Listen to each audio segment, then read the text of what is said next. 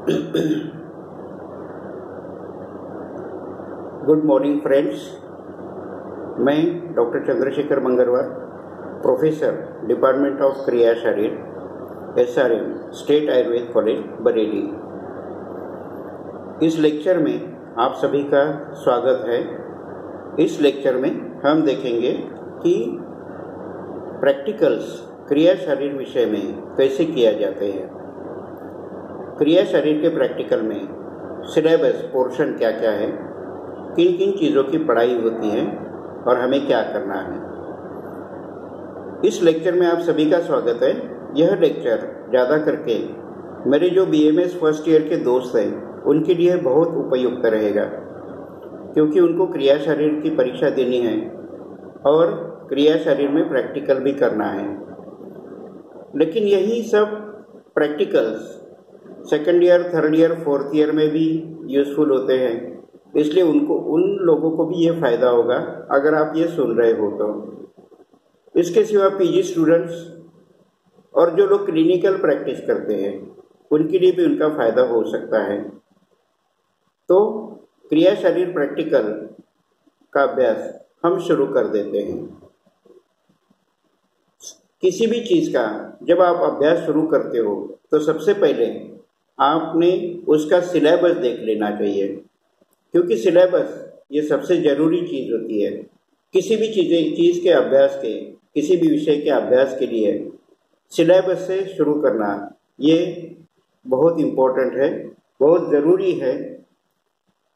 क्योंकि जब आप सिलेबस देखते हो तो आपको आपके पूरे बाउंड्री लाइन्स क्लियर हो जाते हैं कि आपको क्या पढ़ना है, आपको कहाँ तक पढ़ना है, आपको कितने दिन में पढ़ना है, और इन सब चीज़ों का फ़ायदा आपके प्लानिंग पर होता है। हमेशा याद रखिए दोस्तों, planning is very important. Planning to be success. अगर प्लानिंग सक्सेस हो तो हर चीज़ सक्सेस हो जाएगी। प्लानिंग फेल हो गई तो हर चीज़ फेल हो जाएगी। इसलिए प्लानिंग आपको सही ढंग से करनी चाहिए। If you failure to plan, it is said that indirectly it is your planning of failure। इतना इम्पोर्टेंट ये प्लानिंग होती है। और प्लानिंग का जो कैलकुलेशन होता है वो इस प्रकार से होता है कि योर टारगेट और your objective, your target divided by time, आपको क्या करना है और आपको कितनी समय में करना है, इसके आधार पर आपकी प्लानिंग कामयाब होती है, सक्सेस होती है। तो फ्रेंड्स, स्टूडेंट्स, चलो स्टार्ट करते हैं क्रिया शरीर प्रैक्टिकल।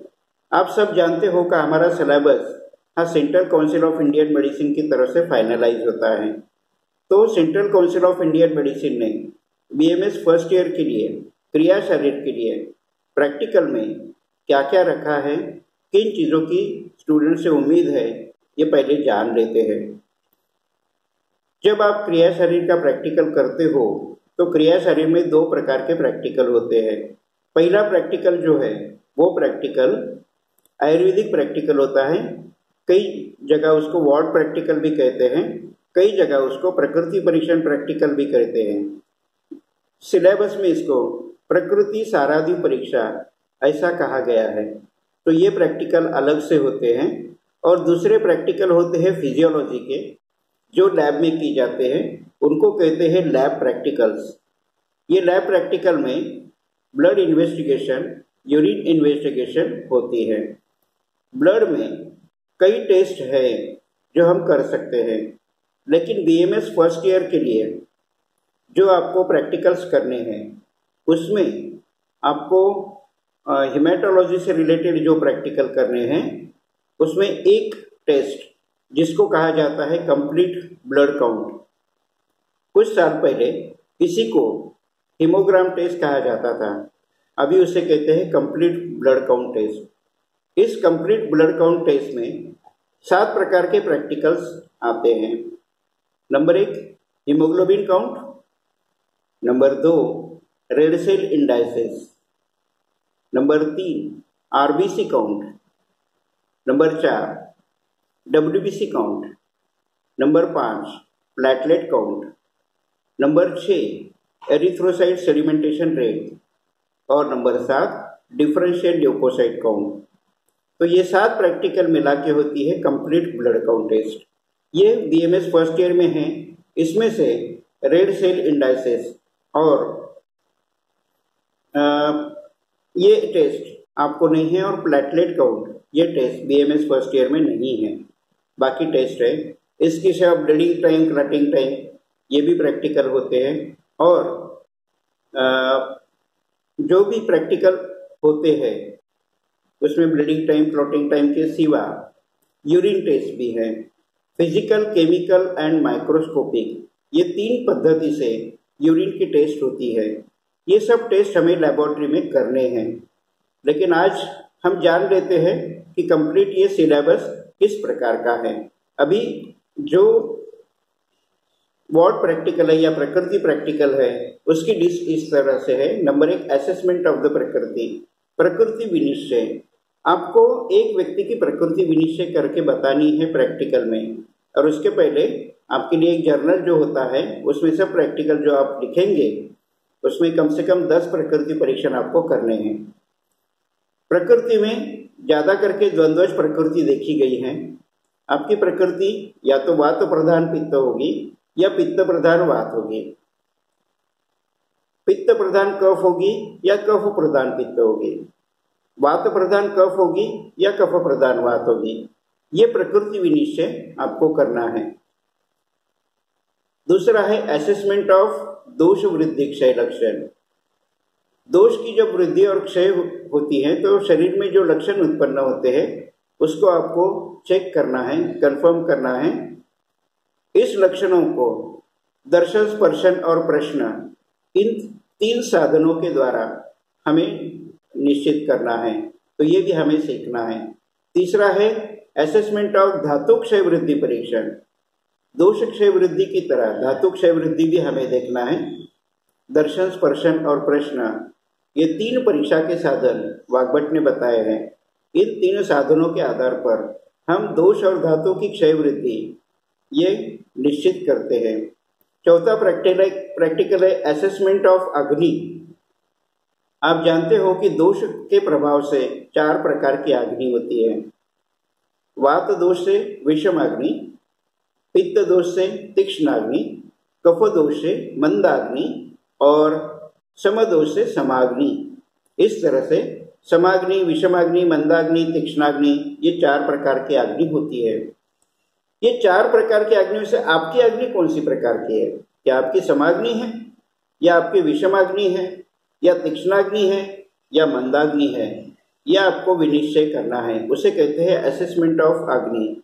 और इसके लिए अभ्यवरण शक्ति और जरण शक्ति ये 2 शक्तियों की परीक्षा आपके शरीर में आपको करके आपकी अग्नि कौन सी है 4 में से ये आपको बताना है। जिस तरह से प्रकृति जिंदगी भर नहीं बदलती उसी तरह से अग्नि भी नहीं बदलती, उसी तरह से कोष्ठ भी नहीं बदलती, उस तरह से धातु सारता भी नहीं बदलती। जो हमें आगे देखना है असेसमेंट ऑफ कोष्ठ। वाग्भट ने कहा है कि 4 प्रकार के कोष्ठ होते हैं। उसमें वात दोष का क्रूर कोष्ठ, पित्त दोष का मृदु कोष्ठ, कफ दोष का मध्यम कोष्ठ और समदोष का समकोष्ठ। आपका कोष्ठ कौन सा है?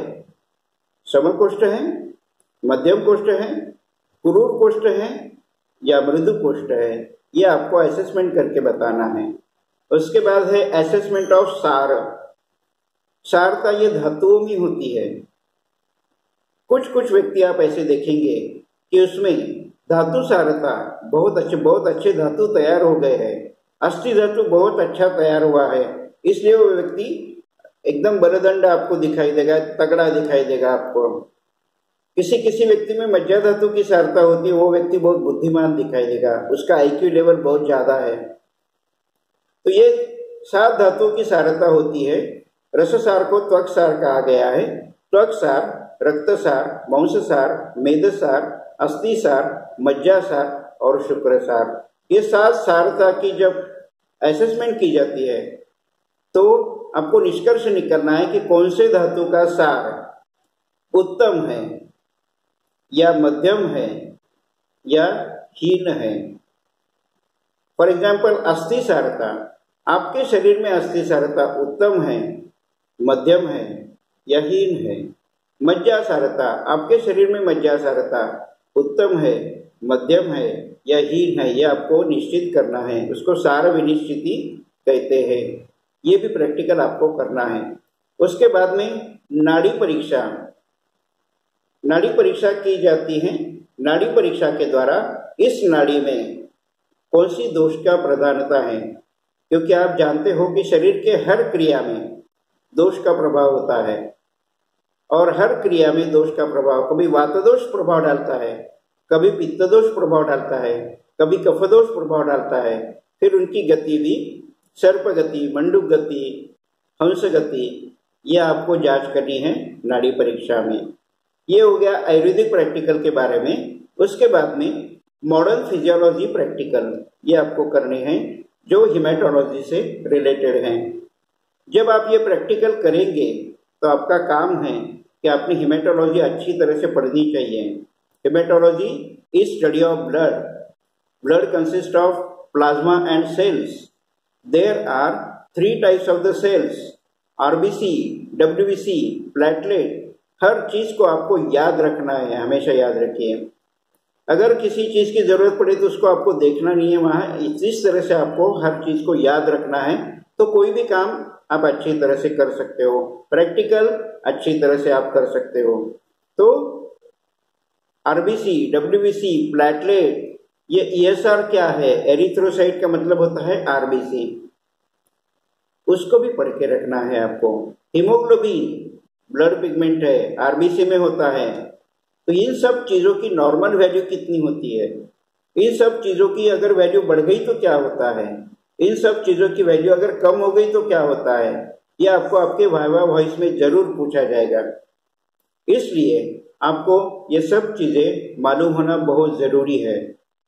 तो मॉडर्न फिजियोलॉजी प्रैक्टिकल के बारे में देखते हैं। सिलेबस में सबसे पहले इससे रिलेटेड इंस्ट्रूमेंट जो है, वो इंस्ट्रूमेंट की इंफॉर्मेशन आपको होना जरूरी है। तो हम टीचर लोगों को आपको वो इंफॉर्मेशन इंस्ट्रूमेंट के बारे में देनी है। ये जो इंस्ट्रूमेंट है लेबोरेटरी इंस्ट्रूमेंट इसको कहते हैं, क्योंकि वो लेबोरेटरी में यूज हो जाते हैं। इसलिए सिलेबस में लिखा है इंट्रोडक्शन टू लेबोरेटरी इंस्ट्रूमेंट। इसमें बहुत सारे इंस्ट्रूमेंट यूज होते हैं। आज हम हर चीज के बारे में सिर्फ 1 या 2 लाइन में जानकारी लेते हैं, फिर इसमें से हर चीज को हम सविस्तर में जानेंगे। Number 1, simple and compound microscope. Microscope को आपने स्कूल में यूज किया होगा, वही माइक्रोस्कोप को हमें फिजियोलॉजी के लैब में भी यूज करना है। इस माइक्रोस्कोप की वजह से हम कोई भी स्ट्रक्चर जो माइक्रोस्कोपिक है उसको देख सकते हैं। माइक्रो यानी सूक्ष्म और स्कोपी यानी हम देख सकते हैं। सूक्ष्म चीजों को देखने के लिए जो चीज होती है उसको कहते हैं माइक्रोस्कोप। इस माइक्रोस्कोप के आधार पर हम आरबीसी काउंट, डब्ल्यूबीसी काउंट करते हैं। जो डब्ल्यूबीसी के 5 प्रकार होते हैं आप जानते हो, उसको भी देखते हैं। तो सिंपल और कंपाउंड माइक्रोस्कोप कैसे होते हैं, उसके सब पार्ट्स कौन कौन से होते हैं, उसके सब पार्ट्स का काम क्या क्या है, ये सब चीजें हमें देखनी है। उसके बाद में स्कार्प सेट। जब आप ब्लड इन्वेस्टिगेशन कर रहे हो तो आपको ब्लड तो लेना ही लेना है। ये ब्लड को आप कैसे लेंगे? ब्लड को बाय प्रिक मेथड या बाय इंट्रावेनस मेथड। यहाँ पर से नस मिलती है, वहां से वेन में से ब्लड निकाला जाता है। कौन सी मेथड आप यूज कर रहे हो? अगर प्रिक कर रहे हो तो कहाँ प्रिक कर रहे हो? अगर आपको इंट्रावेनस से ब्लड लेना है तो आपके पास स्कार्पेल सेट होना जरूरी है। आप प्रिक मेथड कर रहे हो तो सिर्फ नीडल से भी काम हो जाता है। तो स्कार्पेल सेट कैसी होती है, उसके सब पार्ट्स कैसे होते हैं, ये हमें देखना है। उसके बाद में birth for the blood collection. अगर आप यहाँ से ब्लड लेंगे वेन से, इंट्रावेनस मेथड उसको कहते हैं। स्कार्पेल सेट आपने यूज की है, स्कार्पेल सेट ने आपको सिरिंज लगाई है और ब्लड को आपने निकाला है, तो फिर वो ब्लड को आप कहाँ रखेंगे? तो ब्लड को रखने के लिए छोटी छोटी बोतल्स आती हैं या ट्यूब्स आती हैं, उसको कहते हैं बल्ब। इसके बाद आप उसको बोतल या ट्यूब मत कहिए, बल्ब कहिए। तो ये बल्ब में ब्लड रखा जाता है। अब ब्लड में जब ब्लड रखेंगे आप तो वो क्लॉट नहीं होगा। क्यों नहीं क्लॉट होगा? क्योंकि उस बल्ब के अंदर कुछ एंटीकोगुलेंट्स डाले हुए हैं, इसलिए उसकी स्पेशलिटी है, इसलिए वो बल्ब है कहते हैं। उसके अंदर एंटीकोगुलेंट होते हैं और ब्लड क्लॉट नहीं होता। अगर आपने 10 बजे ब्लड लिया तो 11 साढ़े 11 तक कि आप उसके टेस्ट कर सकते हो। ये उसमें फैसिलिटी हम लोगों को मिलती है। तो बल्ब कैसे होते हैं, क्या क्या होते हैं, ये भी हमें देखना है। उसके बाद में सारीज हीमोमीटर, उसी को हीमोग्लोबिनोमीटर भी कहते हैं। इसकी सहायता से हम हीमोग्लोबिन काउंट देखते हैं। तो वो इंस्ट्रूमेंट कैसा होता है? ये सब इंस्ट्रूमेंट याद रखिए, आपको स्पॉटिंग एग्जामिनेशन में रखी जा सकती है। तो स्पॉटिंग में इंस्ट्रूमेंट रखे जाते हैं और 1 मिनट के अंदर आपको इंस्ट्रूमेंट भी पहचानना है और उसका यूज या कोई स्पेसिफिक क्वेश्चन उसका भी आपको आंसर देना है। तो हीमोमीटर हीमोग्लोबिन काउंट के लिए, एक होता है हीमोसाइटोमीटर। इस हीमोसाइटोमीटर में एक न्यूबार चेंबर होता है। इस न्यूबार, ये सब इंस्ट्रूमेंट हम जब 1 बाय 1 प्रैक्टिकल देखेंगे तो मैं आपको बताने वाला हूँ। ये न्यूबार चेंबर के ऊपर माइक्रोस्कोपिक टेबल्स होते हैं, स्क्वायर्स होते हैं। कुछ स्क्वायर्स में आरबीसी देखे जाते हैं, कुछ स्क्वायर में डब्ल्यूबीसी काउंट किया जाता है। वो कैसा हम बताएंगे। आज की तारीख में इतना याद रखना है, हीमोमीटर यानी हीमोसाइटोमीटर में न्यूबार चेंबर होता है, उसके ऊपर मार्किंग चेंबर्स होते हैं, स्क्वायर्स होते हैं। अलग अलग प्रकार के पिपेट, पिपेट यानी ट्यूब्स, जिसको हम मुंह में लगा के खून को खींचते हैं, ब्लड को खींचते हैं और बाद में ऊपर से बंद करके ब्लड नीचे नहीं आता है।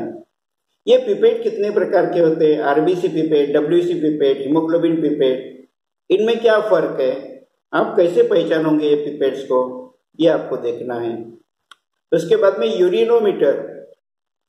यूरिनोमीटर जो है वो यूरिन में डाल के आप उसकी स्पेसिफिक ग्रेविटी निकालते हो, क्योंकि यूरिन की स्पेसिफिक ग्रेविटी भी निश्चित है। तो यूरिनोमीटर। उसी तरह से होता है एल्ब्यूमिनोमीटर। एल्ब्यूमिनोमीटर की सहायता से, एल्ब्यूमिन्स आर द प्रोटीन्स, आप जानते हो, ये ब्लड में, प्लाज्मा में ये प्रोटीन्स होते हैं, लेकिन कभी कभी वो यूरिन में आ जाते हैं। आयुर्वेद की परिभाषा में एल्ब्यूमिन धातु है, लेकिन वो मल मार्ग से निकल रहा है। मॉडर्न की दृष्टि से जिसे एल्ब्यूमिन्यूरिया कहते हैं, वो है या नहीं है, इसकी टेस्ट एल्ब्यूमिनोमीटर से की जाती है। उसके बाद में स्टेथोस्कोप, आप सब जानते हैं। स्टेथोस्कोप के बहुत सारे उपयोग होते हैं। पहला तो यह है कि आप जब गले में डालते हो तो लोग जानते हैं कि आप डॉक्टर हो। तो स्टेथोस्कोप का सही मेडिकल यूज क्या है, स्टेथोस्कोप से की मदद से हम क्या क्या जानते हैं, यह हमें देखना है। उसी तरह से ब्लड प्रेशर एपरेटस, हर पेशेंट का ब्लड प्रेशर देखना जरूरी है। कम से कम 35-40 उम्र के बाद जो भी पेशेंट आपके पास आते हैं, भले ही वो हाइपरटेंसिव हो या नहीं हो, आपको उनका ब्लड प्रेशर देखना चाहिए। तो ब्लड प्रेशर कैसा देखा जाता है और ब्लड प्रेशर इंस्ट्रूमेंट कैसा होता है, उसके सब पार्ट्स कौन से होते हैं, उसका क्या क्या यूज है, ये भी हमें देखना है। एक है हार्पेंडेंस कैलिपर। ये जो स्किन है, इसकी थिकनेस हम मेजर कर सकते हैं और स्किन की थिकनेस मेजर करने के लिए हार्पेंडेंस कैलिपर यूज होता है। जो लोगों को ओबेसिटी होती है या कुछ लोगों को ओबेसिटी नहीं है, तो इन दोनों के स्किन के थिकनेस में आप जरूर फर्क महसूस करेंगे। एक है क्लिनिकल हैमर। क्लिनिकल हैमर का यूज नर्वस सिस्टम की टेस्ट में होता है। जब नर्वस सिस्टम के आप रिफ्लेक्सेस चेक करते हो तो आपको हैमर यूज करना चाहिए। उसकी वजह से कोई भी डिसीज अपर मोटर न्यूरॉन का है या लोअर मोटर न्यूरॉन का है, यह पहचान सकोगे। उसके बाद में ट्यूनिंग फॉर्क, एक ट्यूनिंग फॉर्क होती है, उसकी सहायता से ऑडियो एग्जामिनेशन होती है। आप सुन कितना सकते हो, हमारी परिभाषा में इसे कर्ण परीक्षा या श्रवणेंद्रिय परीक्षा हम कहते हैं। तो ये श्रवणेंद्रिय परीक्षा के लिए आप नॉर्मल है आपका सुनना या नहीं है, इसके लिए ट्यूनिंग फॉर्क यूज की जाते हैं। ये जो टेस्ट की जाती है उसमें साउंड वेव जो होते हैं वो एयर कंडक्शन, कान के माध्यम से एयर कंडक्शन होता है और उसी के साथ बोन कंडक्शन भी होता है। तो साउंड वेव्स का एयर कंडक्शन बेटर है या बोन कंडक्शन बेटर है, इसके लिए ये ट्यूनिंग फॉर्क देखे जाते हैं। इससे आप कर्ण बाधिर्य जिसको कम सुनाई दे रहा है उसका भी डायग्नोसिस आप कर सकते हो। उसके बाद में स्टॉप वॉच, किसी टाइम लगाना है आपको तो वॉच शुरू कर दो, वो टाइम आपको बता देगा। एक है थर्मामीटर। हम जो थर्मामीटर यूज करते हैं उसे क्लिनिकल थर्मामीटर कहते हैं, क्योंकि दूसरे भी थर्मामीटर रूम टेम्परेचर देखने के वगैरह भी आते हैं। तो थर्मामीटर बॉडी टेम्परेचर कितना होना चाहिए, फ़ारेनहीट और सेल्सियस का क्या रिलेशन है आपस में, उसका एक फॉर्मूला आता है C-5 is equal to F-32/9। ये उसका फॉर्मूला है। आप डिग्री सेल्सियस को फ़ारेनहीट में और फ़ारेनहीट को डिग्री सेल्सियस में कन्वर्ट कर सकते हो।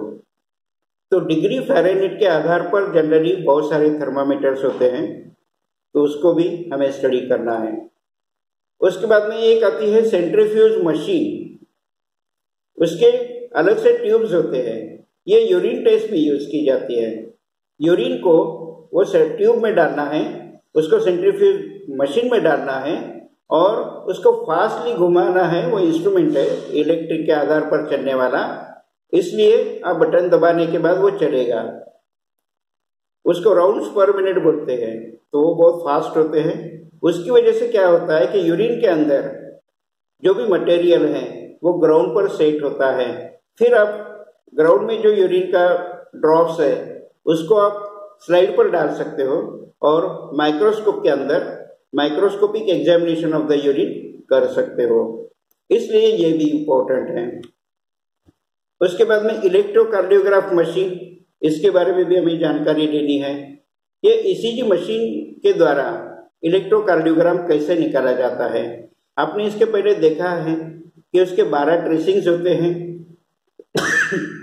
1, 2, 3 AVR, AVM, AVF, V1, V2, V3, V4, V5, V6। तो ये 12 ट्रेसिंग में कैसे निकाले जाते हैं, उसके अंदर जो वेव्स होती है PQRST वो नॉर्मल कैसे होते हैं, उसमें अगर कोई चेंज हो तो क्या निष्कर्ष हम निकालते हैं, यह हम देखना है। पहले स्टडी करते हैं ईसीजी मशीन का।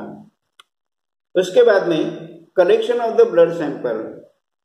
अब आपको ब्लड इन्वेस्टिगेशन करना है, कंप्लीट ब्लड काउंट करना है, ब्लड सैंपल तो लेना पड़ेगा। कैसे लेंगे आप, प्रिक मेथड, नीडल से यहाँ पर प्रिक करो या छोटे बच्चों के यहाँ पर करो या टोस के ऊपर करो पैरों में, कैसे करेंगे आप। या तो फिर दूसरा मेथड है वेन पंक्चर मेथड। मैंने जैसा बताया यहाँ से आपको स्कार्पेन सेट और सिरिंज की मदद से ब्लड लेना है। कोई कोई लोगों में ये वेन स्पष्ट दिखती है और आसानी से लग जाती है, लेकिन ज़रूर कोई लोग ऐसे होते हैं कुछ ज़्यादा मोटे हैं उनमें वेन मिलती नहीं है।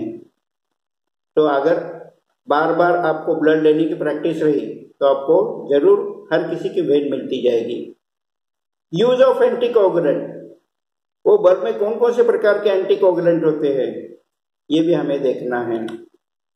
उसके बाद में preparation of the blood smear and blood staining. Blood लेने के बाद डिफरेंशिएट ल्यूकोसाइट काउंट करने के लिए आपको स्मीयर बनाना है। अगर आप किसी स्लाइड के ऊपर ब्लड का ड्रॉप डालेंगे तो उसके अंदर के WBC आपको नहीं नजर आएंगे, इसलिए आपको एक छोटा पतला लेयर बनाना है उसका, उसको बोलते हैं स्मीयर। फिर उसमें कुछ केमिकल डाल के उसका स्टेनिंग करना है, उसको कलर देना है, फिर आप WBC को पहचान पाओगे। फिर वो WBC की पहचान पाने के बाद आप डिफरेंशियल ल्यूकोसाइट काउंट करेंगे। एक है estimation of haemoglobin. Haemoglobin count कैसे करते हैं, जो मेथड अभी चल रहा है जो फर्स्ट ईयर में पढ़ाया जाता है उसे कहते हैं सहालीज मेथड, उसी को कहते हैं एसिड हिमेटिन मेथड। ये एसिड हिमेटिन क्या है और हीमोग्लोबिन टेस्ट कैसे करनी है ये भी हमें देखना है। कुछ ब्लड के एग्जामिनेशंस माइक्रोस्कोपिक होते हैं। तो माइक्रोस्कोपिक एग्जामिनेशन ऑफ ब्लड, उसमें टोटल आरबीसी काउंट, उसके बाद में टोटल डब्ल्यूबीसी काउंट, ये हमें देखना है। उसके बाद में उसी के अंदर डिफरेंशियल ल्यूकोसाइट काउंट। ल्यूकोसाइट का मतलब है डब्ल्यूबीसी, डिफरेंशियल क्योंकि डब्ल्यूबीसी 5 प्रकार के होते हैं, न्यूट्रोफिल्स, इओसिनोफिल्स, लिम्फोसाइट, मोनोसाइट और बेसोफिल्स। इन सबका परसेंटेज भी फिक्स है, जैसा कि न्यूट्रोफिल 60 to 75%, लिम्फोसाइट 25 to 45%। तो उसी प्रमाण में हमारे शरीर में है, या कोई किसी का प्रमाण बढ़ गया है या किसी का प्रमाण कम हो गया है, यह आपको डिफरेंशियल ल्यूकोसाइट काउंट इस प्रैक्टिकल के माध्यम से करना है। अगर समझो किसी के बॉडी में इओसिनोफिल बढ़ गया हो, तो आप अनुमान कर सकते हैं कि इओसिनोफिल का रोल एलर्जिक रिएक्शन में होता है, तो उस व्यक्ति को एलर्जिक ये डिसीज हुआ है। तो डिफरेंशियल काउंट इसी के लिए यूज होता है। उसी तरह से पैक्ड सेल वॉल्यूम डेमोन्स्ट्रेशन होता है, ईएसआर डेमोन्स्ट्रेशन होता है, वो दोनों तरीके हैं। ईएसआर का मतलब है एरिथ्रोसाइट सेडिमेंटेशन रेट। एरिथ्रोसाइट का मतलब होता है आरबीसी। अगर हमने ब्लड को एक जगह ट्यूब में जमा किया तो उसके आरबीसी नीचे सेट होते हैं। उसके बाद में हम एरिथ्रोसाइट सेडिमेंटेशन रेट हम गिन सकते हैं, ये 1 घंटे के बाद देखा जाता है। उसी के आधार पर पैक्ड सेल वॉल्यूम की वैल्यू भी निकल जाती है। और एक प्रैक्टिकल होता है ब्लीडिंग टाइम और क्लॉटिंग टाइम।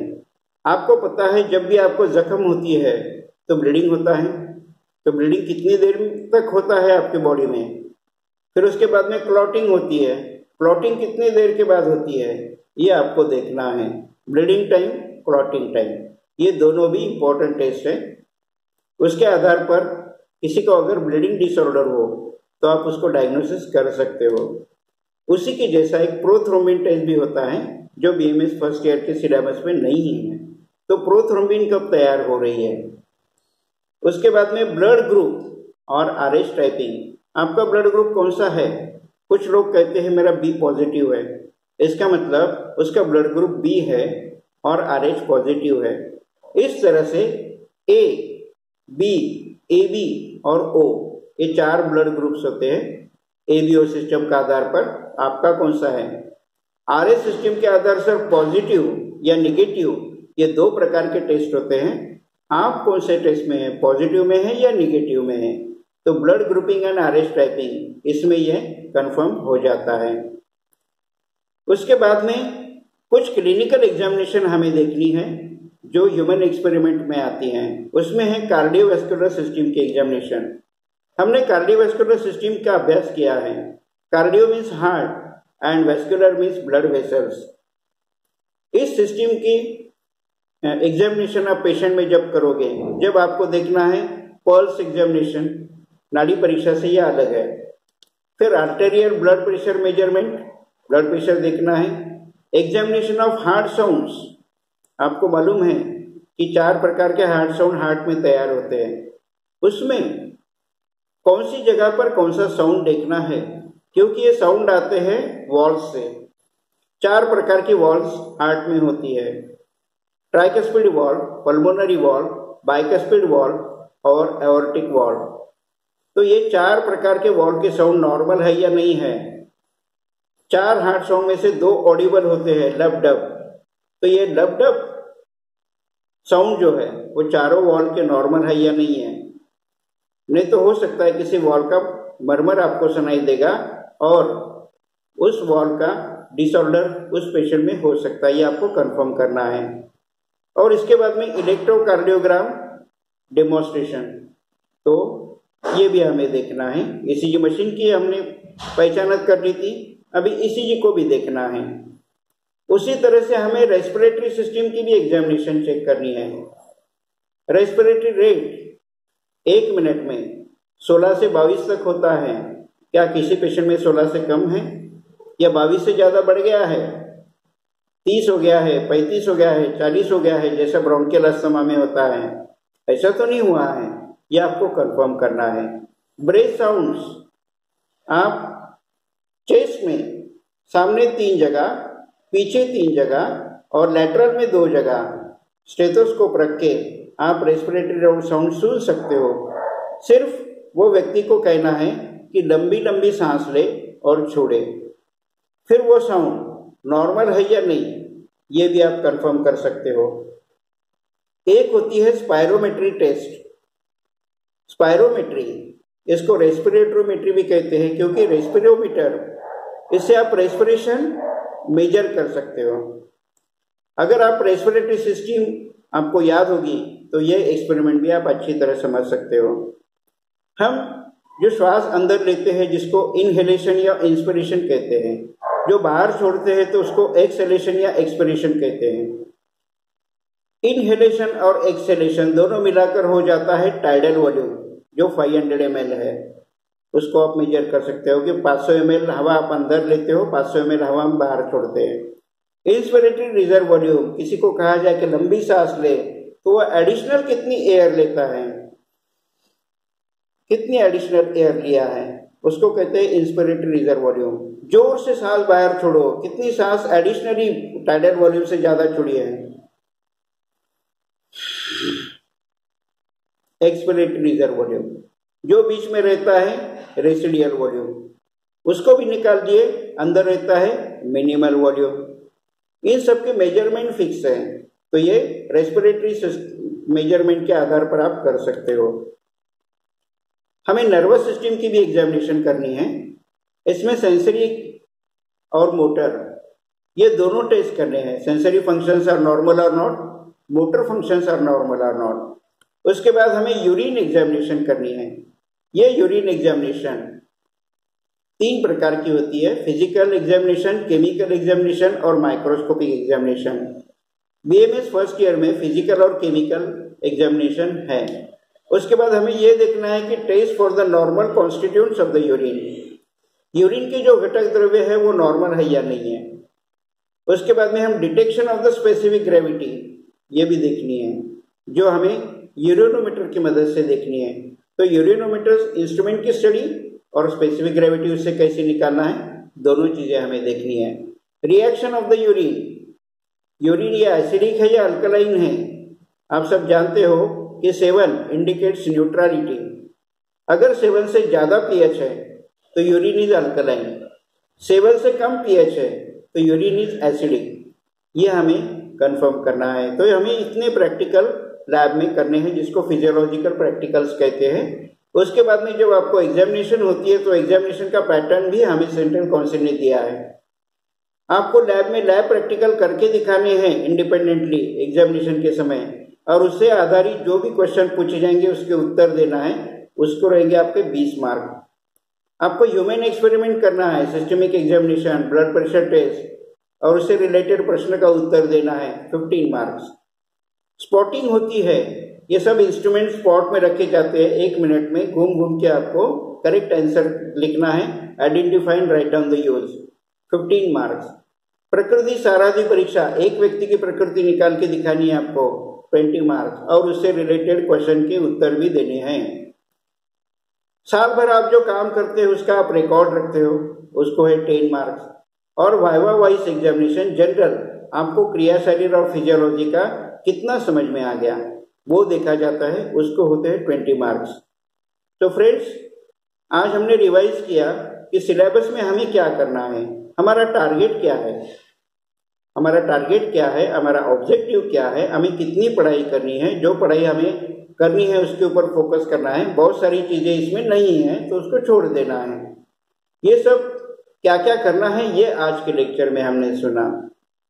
अभी इन्हीं सिलेबस को एक एक दो दो प्रैक्टिकल्स हम डेली सीखते जाएंगे।